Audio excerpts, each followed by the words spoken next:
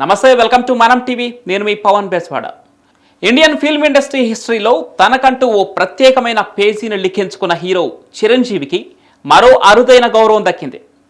4 దశాబ్దాలకు పైగా సినీ రంగానికి చిరంజీవి అందిస్తున్న సేవలను యూకే ప్రభుత్వం గుర్తించింది. ఇందుకు గాను యూకే పార్లమెంట్లోని హౌస్ ఆఫ్ కామన్లో lifetime achievement award for excellence in public service cultural leadership పురస్కారాన్ని అందించనుంది. 2025 మార్చి 19న లండన్లోని యూకే పార్లమెంట్లో మెగాస్టార్ ఈ అరుదైన గౌరవాన్ని అందుకున్నారు.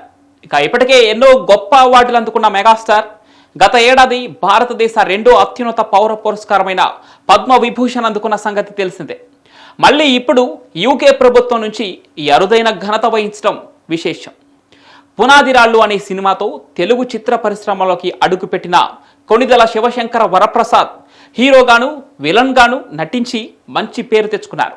వచ్చిన ప్రతి అవకాశాన్ని సద్వినియోగం చేసుకుంటూ తన నటనతో డ్యాన్స్తో ప్రేక్షకుల ఆదరణ పొంది చిరంజీవిగా మారాడు.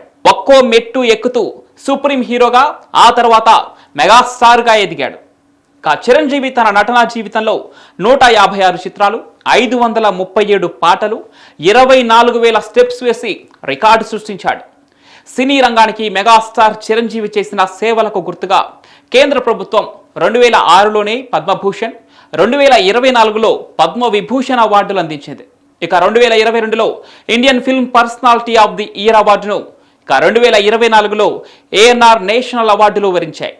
తాజాగా ఇప్పుడు యూకే ప్రభుత్వం నుంచి life time achievement award for excellence in public service cultural leadership అందుకున్నారు మెగాస్టార్ చిరంజీవి.